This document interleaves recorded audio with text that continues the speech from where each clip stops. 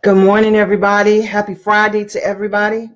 I want to thank you guys for coming in this morning, stopping in for this morning's confirmation, confession session is what this is on this morning, this Friday morning, the beautiful morning. It's a cloudy, hazy day here in Montgomery, Alabama, and I am even excited about the weather on the day to enjoy the sun not being so hot on us today. So good morning, everybody.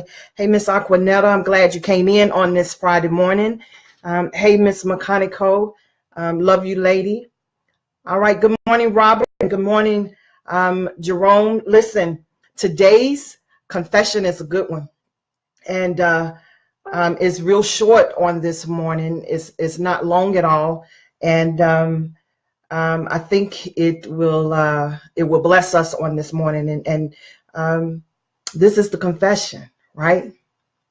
That I am God's favorite. Say that. I am God's favorite.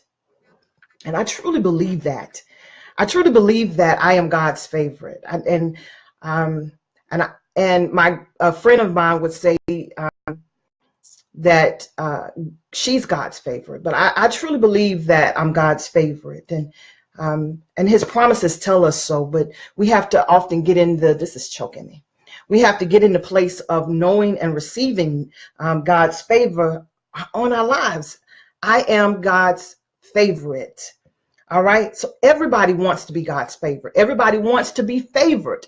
Everybody wants that connection with someone in the natural and in the heavenly realms. Everybody wants that connection. Everybody wants to be the apple of someone's eye. Everybody wants that, desires that. And I've had the privilege of experiencing that here with my granddad, my grandfather, Arthur Newell, and he and my grandmother had 13 children, right? 13 children. And during the summers, in my early elementary years, we would, all of my cousins from Chicago, Detroit, and Baltimore, and wherever we were from, we would come down south for the summer, right? We would come down to Tuscaloosa, Alabama for the summer. At any given time, we could have in the house all day long 10, 11, 12 children deep, right? And with all of those children, can you imagine having to manage and to take care of that many children at one time? And even though that can be challenging, my granddad and I felt had a special bond, right? I was his Kimmy, right? I was my granddad's favorite. And here's the thing. When I speak to my cousins today and we have this conversation about my granddad, everybody felt the same way. It's amazing. And I tell them I don't understand how they could come to that conclusion in their life when, in fact, I am my granddad's favorite, right? And it's amazing what the mind can do because they've settled within themselves that they were my granddad's favorite, right? They settled it, and it's amazing. And I don't know why they would say that when they know that I was my granddaddy's favorite, right? So I was able to have that experience here, right? But not everybody gets to have that. And so a lot of times we don't get in a place where we can receive the favor of God because of bitterness with relationships here on earth. Yeah. Because of what they didn't do, what they should have done, or what we've perceived they should have done, right? And because of that, we've closed ourselves off and become bitter, and we can't even receive the favor that God has for us, right? We are God's favorite. I want you guys to know that. So here's the thing. A lot of times, because of that bitterness, we get to the place of having a negative connotation that comes along with being the favorite, right? Because we hadn't experienced it. And so there's something negative about being the favorite or being favored, right? We know it. If you deal with the favorite student or the favorite employee or the favorite child, right?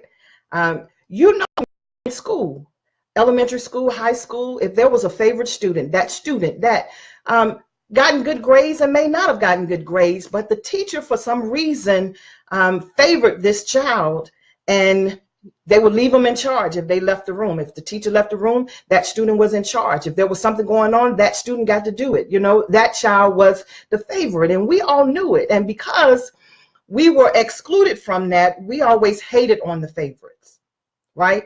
You know it. When the teacher left the room and left somebody in charge, we didn't understand, and we didn't like the fact that they were left in charge and we weren't, right? And we hated on that child. I don't know why they left them, and they better not put my name on the board. Y'all remember that? They better not put my name on the board, and then would do things that would cause that child to put our names on the board and dare them not to, right? We hated on the favorite employee.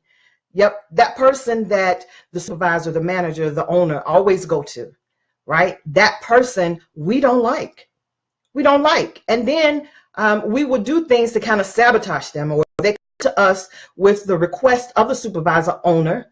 If they come to us with a request from them, our comments are, I don't know why they're coming to us. They're not my boss. And we have negative things to say toward them. Don't have a favorite child in the family, right? Families break up over it. There's bitterness, and people stop speaking for years. There's always someone that wherever you're from, whatever city and state you're from, if there was a favorite child and a negative experience that came along with that, there's someone that left that hometown and went away and never came back over the favorite, right? And here's why we like the favorite. We don't like it, but we want it. We don't like other people being the favorite, but we want it. And the reason that we don't like it is because it excludes us. In the world's way of doing it, it excludes us, right? The teacher favored that child, and not everybody else got that same preferential treatment, right? The employer favored that employee, and not everybody got that preferential treatment. And that favorite child, the reason we don't like it is because that child, that parent, those grandparents, whoever, auntie, preferred that child and gave them preferential treatment and not everybody else. And everybody wants to be included. But here's the beautiful thing about God. He doesn't exclude us, right? You are God's favorite. I am God's favorite. And the fact that I am God's favorite has nothing to do with you. It doesn't take away from your being his favorite, right? It's not at your expense at all. And because you are God's favorite, it doesn't take away from the favoritism that I have from God. Amen.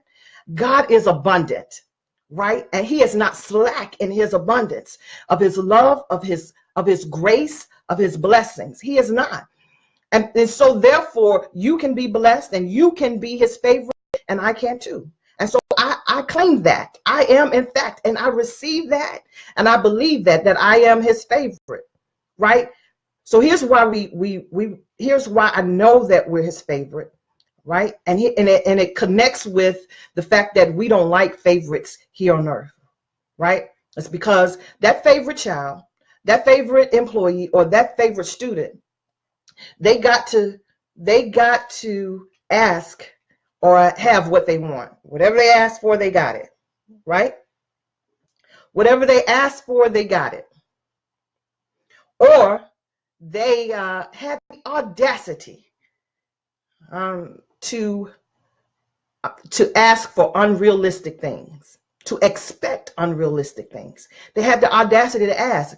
They would ask for things that you wouldn't dare to ask. And they would get it. The favorite one would, right? Or they would do things that we would deem unforgivable, but they would be forgiven, and quickly, right? And here's why I know that you and I are God's favorite. Here's why I need you to know why you are God's favorite, because you can, in fact, ask for what you want and you can get it. He says, you have what you say, right? And that thing that you ask, it shall be given. Right? And we speak a thing and it shall be. You can ask. And then he says he'll give you the desires of your heart. You can ask. That favorite child, you can ask and he'll give it to you. No question about it, right? And as for having the audacity to ask for unrealistic things, right? Asking for things that other people wouldn't dare to ask or doesn't feel like they should have, and so they don't ask. Listen, he says that he will do exceedingly, abundantly, above all you can ask, think, or imagine. So think big, ask big, have the audacity to go to the throne and ask for it. The Father says he has pleasure. He has pleasure in the prosperity of his children. Ask for it and then expect it. Unrealistic expectations is what I have. Yep, I put a claim on that because I am his favorite child. And to be forgiven, what? He says in 1 John 1:9 that he is faithful and just. Now you did the wrong. We did the wrong. We sinned, but he is faithful and he is just to forgive us and cleanse us from all unrighteousness. Now that's the beauty of God. And I lay hold of that. And I want you to lay hold of that today, that you are God's favorite. And here's what happened when we do lay hold of it. There's a level of confidence that will come upon us, right? There's a level of confidence that will come that will allow an ease in our life, right? There's a level of a surety that comes, right? Have you ever had a grandchild or a child come into a father comes into the room or come home from wherever they've been, right? And the child goes to the granddad or goes to the dad, and they just know that they have been given something, right?